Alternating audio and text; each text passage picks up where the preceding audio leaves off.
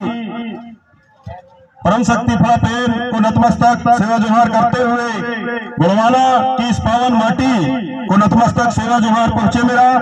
और हमारे आज के इस कार्यक्रम की अध्यक्षता कर रहे ग्राम पंचायत लेढ़ा के सरपंच परम सम्माननीय रामपाल सिंह मरावी जी, आपके चरणों में अनिल धुर्वे का नतमस्तक सेवा जोहार पहुंचे।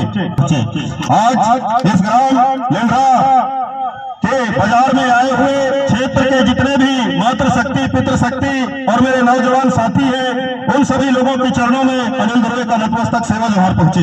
साथियों, संविधान के निर्माता बाबा साहब भीमराव अंबेडकर जी के बारे में बात करना मतलब सूर्य को आईना दिखाने के समान है।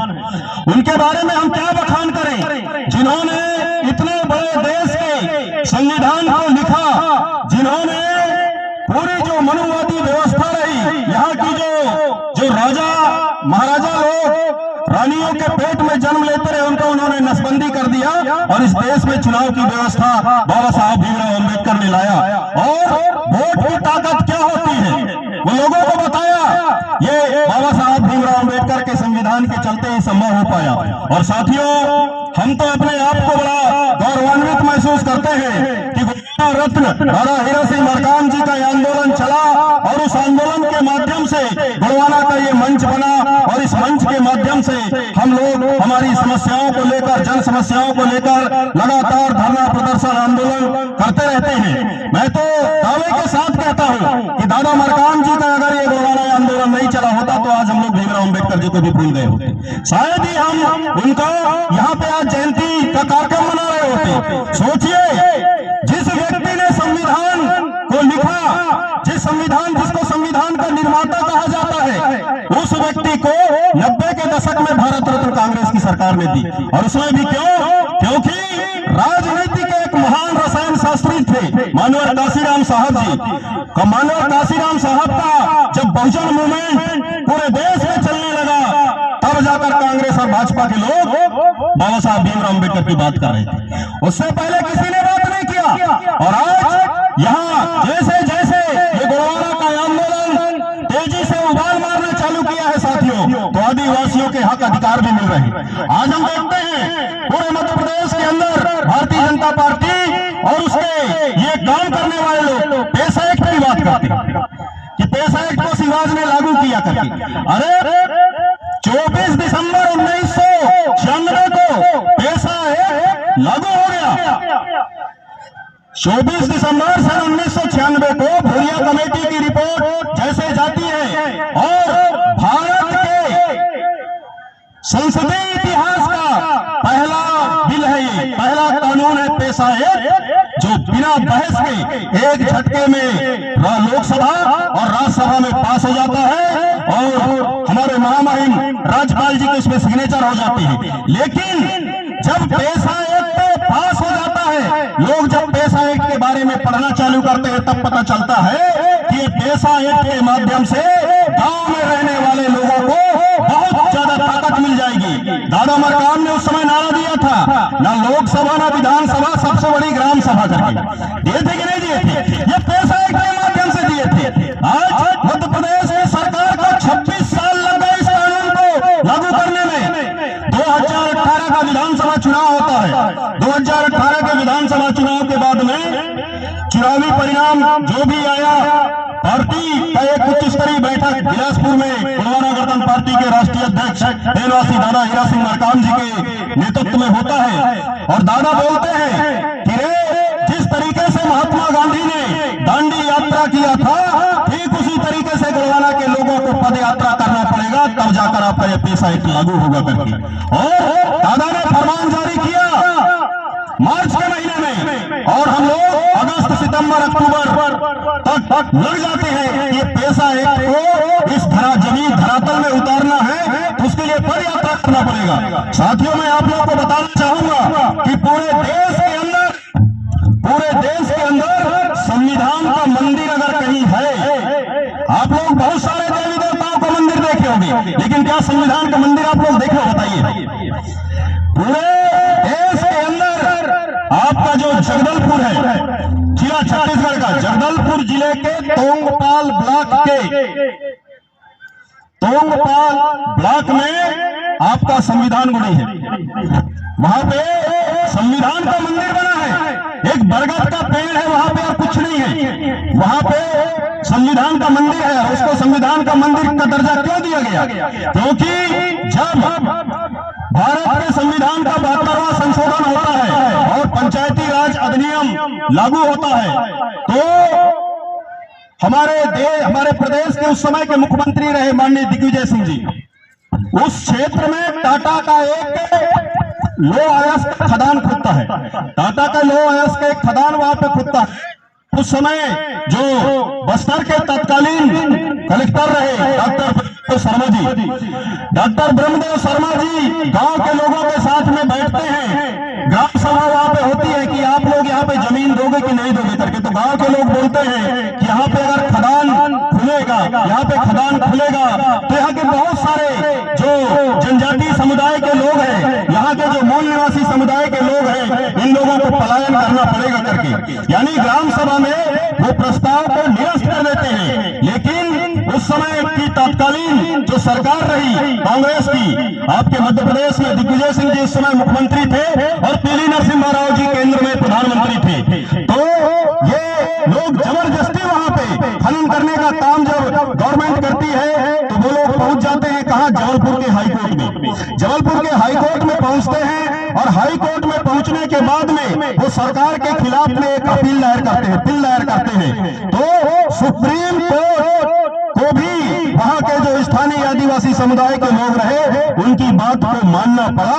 और वहां जब सुप्रीम कोर्ट ने वहां के मूल निवासी समुदाय के लोगों के बात को माना और खनन वहां पे निरस्त हुआ, तब जाकर के वहां आदिवासी समुदाय के लोगों ने अपने गांव में एक मंदिर बनाया और वो मंदिर में संविधान की किताब को रखे। ये उस गांव की कहानी है साथियों। और वहां उस पेड़ के नीचे जो आपका ये panchayat extension to schedule areas 1996 है, जिसे हमारे मध्य प्रदेश में 2022 को लागू किया गया है, वो कानून को वहां पे बैठ के लिखा गया था।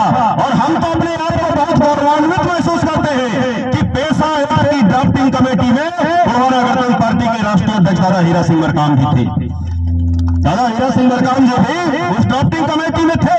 तो जब ये निर्णय होता है दादा के माध्यम से, तो जो गांव है साथियों वो धुर नक्सली क्षेत्र है। मैं आप लोगों को बताना चाहूंगा, धुर नक्सली क्षेत्र है, वहां पे नक्सली लोग किसी को घुसने नहीं देते। तो हम लोगों ने क्या किया, एक तो वहां पे गोंडी भाषा ज्यादा बोला जाता है और हम लोगों को गोंडी भाषा बनता नहीं है। तो हम लोगों ने अपने साथ में कुछ साथियों को रखा और उस गांव में गए, गांव के लोगों के साथ में बैठ के चर्चा किए और उनको बोले कि 20 दिसंबर 2019 को गोरवाना गणतंत्र पार्टी के राष्ट्रीय अध्यक्ष दादा हीरा सिंह मरकाम जी कांकेर से पदयात्रा में यहाँ पे आ रहे हैं। 265 किलोमीटर का पदयात्रा किए रहे साथी हम लोग। उस बार 265 किलोमीटर का पदयात्रा किए। तो गांव के लोग वहां पे, जो गांव का मुखिया था, माझी वहां पे बोलते हैं, वो रहे सुमारू कर्मा जी, उस समय जीवित रहे, आज वो भी पेरवास हो गए हैं। वो भी उस पेशा एक्ट के ड्राफ्टिंग कमेटी में रहे। तो जैसे वो दादा मरकाम का नाम सुनते हैं तो आसपास के सारे गांव के लोग शहर सम्मति देते हैं कि नहीं, यहाँ पे आप कार्यक्रम करोगे और अच्छे तरीके से करोगे और गोरवाना गणतंत्र पार्टी के बैनर तले करोगे करके। तो जब हम 20 दिसंबर को कांकेर से पदयात्रा चालू करते हैं और उस गांव में पहुंचते हैं तो करीब 17-18 गांव के लोगों ने भव्य तरीके से दादा मरकाम का स्वागत किया। और दादा मरकाम ने वहां पे बोला कि अगर सरकार इस कानून को नहीं लाती है, नियम नहीं बनाती है अगर गवर्नमेंट, तो हम इस गांव से रायपुर तक का पदयात्रा करेंगे ताकि पेशा एक्ट लागू हो सके करके साथियों। तो पेशा एक्ट कोई शिवराज सिंह चौहान का देन नहीं है कि भाजपाइयों का देन नहीं है, ये देन है आप लोगों की लड़ाई। आप लोगों ने लड़ा, इसलिए आज यहाँ पे लागू हुआ है।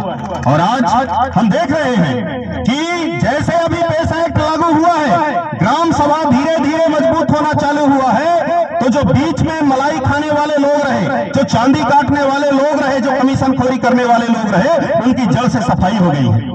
ये अब आप लोगों की जिम्मेदारी बनती है कि अपने अपने ग्राम सभाओं में आप जाइए, ग्राम के विकास की जो योजनाएं हैं, ग्राम के विकास की योजनाएं हैं, वो आप लोग तैयार करिए। बताइए ग्राम पंचायत लेंडरा है कि नहीं है? यहाँ लेंडरा के लोग अच्छे से जानते हैं कि हमको यहाँ पे सीसी रोड चाहिए कि भोपाल में बैठा हुआ व्यक्ति जानता है? बताइए कि यहाँ पे हमको पुल चाहिए, कि यहाँ पे सीसी चाहिए, कि यहाँ पे तालाब चाहिए, कि यहाँ पे हमको बिल्डिंग चाहिए, ये कौन जानता है? इस गांव में रहने वाले लोग जो जानते हैं। तो गांव के लोग बैठ के बताएंगे ना कि हमारे यहाँ क्या बनना चाहिए करके। अभी हम देखें, जैसे ये चुनाव हुआ है, त्रिस्तरीय पंचायत चुनाव, कुछ पंचायतों में कचरा घर भेज दिए पैसा, कचरा घर के लिए, कचरा घर बनाओ करके। अब उस कचरा घर को चाटेंगे, बताइए गांव के लोग। भाई गांव में तो गंदगी होता ही नहीं है ना, तो वहां कचरा घर का औचित्य क्या? क्यों? क्योंकि कचरा घर बनेगा तो सीमेंट किसका बिकेगा? बनिया का। गिट्टी किसका बिकेगा? बनिया का। पैसा कहाँ जाएगा? बनिया लोगों के जेब में। आज के समय में बताऊं साथियों, जितने सरकार की योजनाएं हैं, इन योजनाओं के माध्यम से जो ये पैसा है, ये क्या बोलते हैं, व्यापारियों के जेब में जाता है और व्यापारियों के माध्यम से फिर भारतीय जनता पार्टी के पास पहुंचाता है। इसलिए व्यापारी लोग भारतीय जनता पार्टी का खुल के सपोर्ट करते हैं। साथियों, आज जो यहाँ पे कार्यक्रम आयोजित हुआ, हम लोग मेरे ख्याल से 2004 या 5 के दौर में यहाँ दादा मरकाम के नेतृत्व में प्रेम सिंह मराली जी का कार्यक्रम रहा। यही लेंडरा में बहुत बारिश हुई थी। इस बार 3 बार बारिश हुआ और कार्यक्रम हमारा डिस्टर्ब हुआ था। तो अभी बीच में गोवाना गणतंत्र पार्टी का ब्लॉक स्तरीय बैठक आयोजित किया गया, कहाँ? पुष्पराजगढ़ में। तो वहां पे बात आई कि जो बाबा साहब भीमराव अम्बेडकर जी की जयंती का कार्यक्रम है, ये कार्यक्रम को कहाँ मनाया जाए? तो कुछ साथी लोगों का कहना था कि ये कार्यक्रम को हम राजनग्राम में ही आयोजित करते हैं करके। लेकिन मेरा ऐसा मानना था कि हम हर कार्यक्रम को राजनग्राम में ही क्यों करें? कुछ गांवों में होना चाहिए, क्षेत्रों में होना चाहिए कि नहीं होना चाहिए?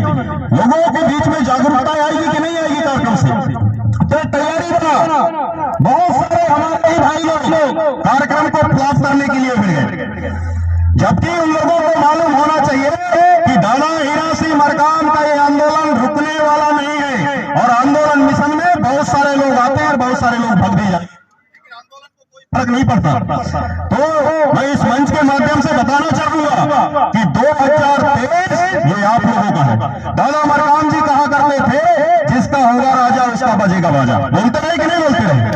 क्या बोलते रहे? जिसका होगा राजा उसका बजेगा बाजा। जिसका होगा राजा, जिसका होगा राजा, जिसका समाज ताजा, जिसका समाज ताजा। आज पूरे पुष्पराजगढ़ के अंदर 80% से ज्यादा आदिवासियों की आबादी है कि नहीं है? 80% से ज्यादा आबादी आदिवासियों की। ग्राम पंचायत में सरपंच, उप सरपंच आदिवासी।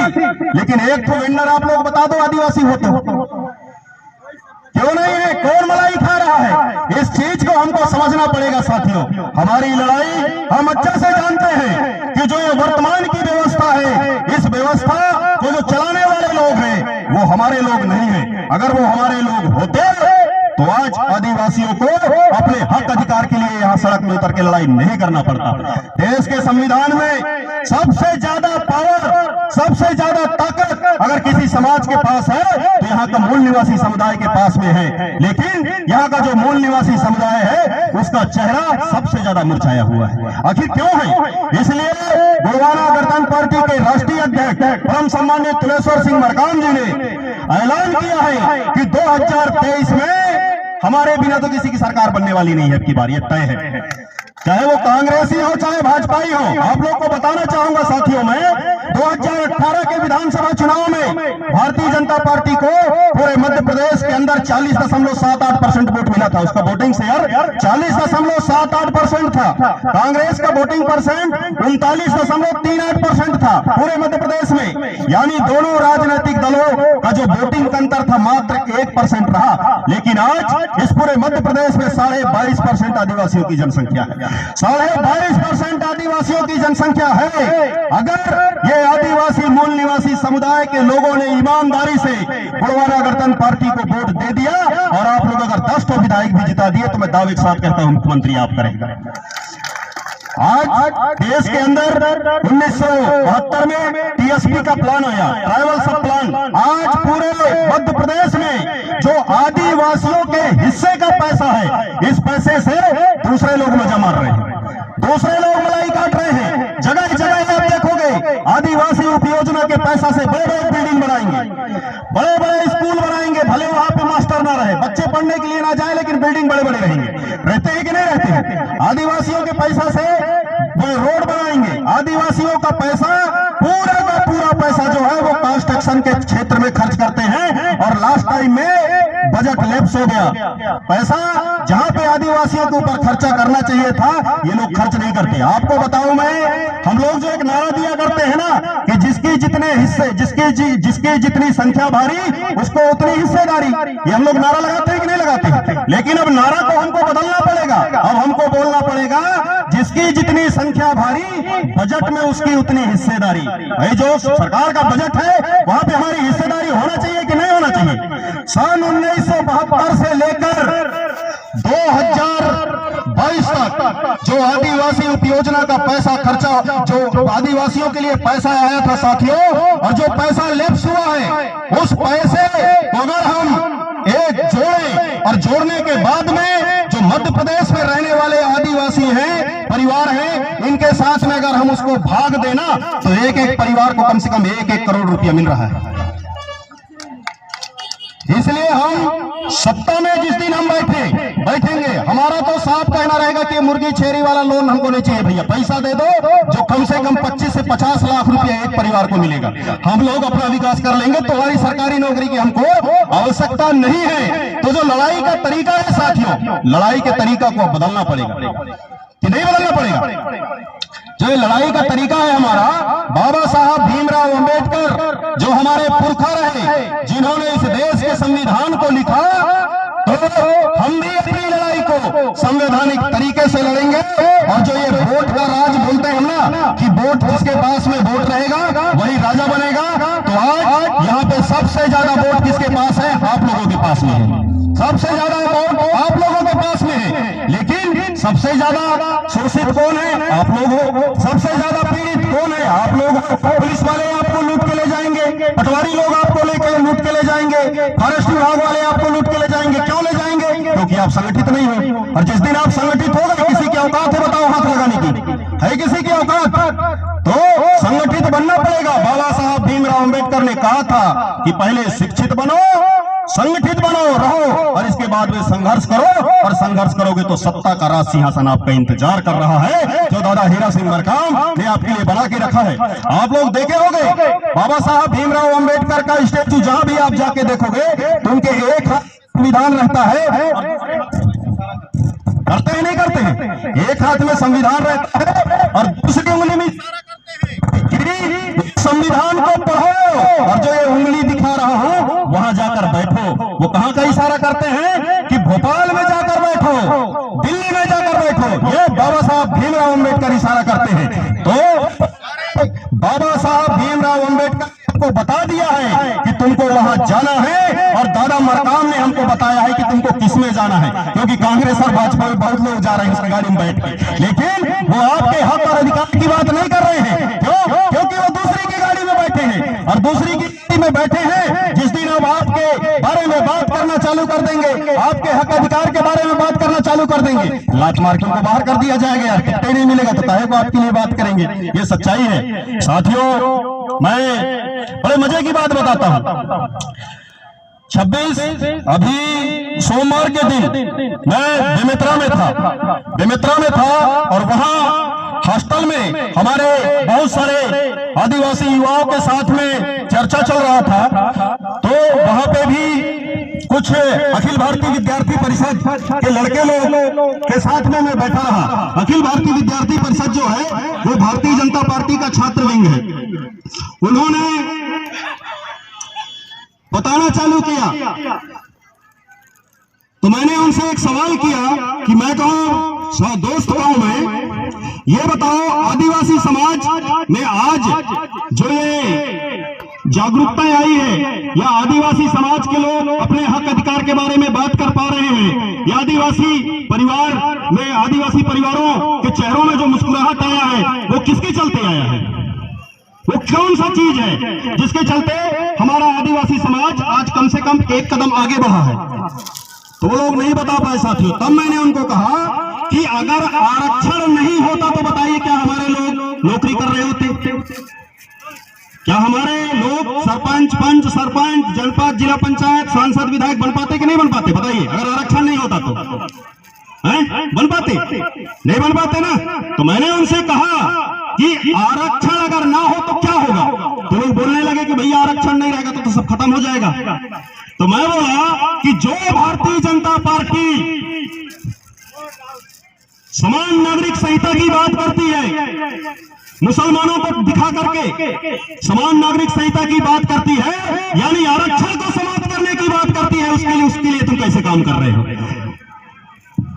ये सवाल आप लोग भी पूछो जो भारतीय जनता पार्टी के लिए काम करने वाले हमारे एसटी, एससी और ओबीसी के लोग हैं कि भारतीय जनता पार्टी खुलेआम समान सिविल कोड की बात करती है, समान नागरिक संहिता की बात करती है। तो जिस दिन समान नागरिक संहिता यहाँ पे लागू हो जाएगा तो जो आपको दिया हुआ हक और अधिकार है वो तो खत्म हो गया ना।